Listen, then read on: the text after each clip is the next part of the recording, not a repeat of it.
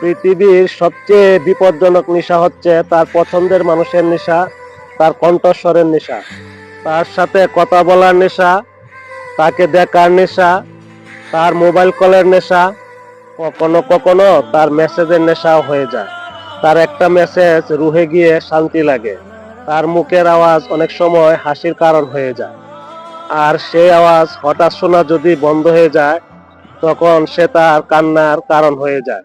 এই ভালোবাসার নেশা একজন মানুষকে যেমন মজবুত করতে পারে, ঠিক তেমনি আকাশ থেকে জমিনে ফেলে দেওয়ার ক্ষমতাও রাখে। এটা একটা ফিলিংস আর ইমোশনের খেলা। যখন এই নেশা শরীরে না পাওয়া যায়, তখন শরীরে প্রত্যেকটা অংশ ভেঙে যেতে থাকে। এই নেশায় মানুষ আর মানুষ থাকে না, সে তার ভালোবাসা মানুষের আয়না হয়ে যায়। আর সব থেকে বড় কথা হচ্ছে, বেঁচে থাকা অবস্থায় এই নেশার কোনো চিকিৎসা থাকে না।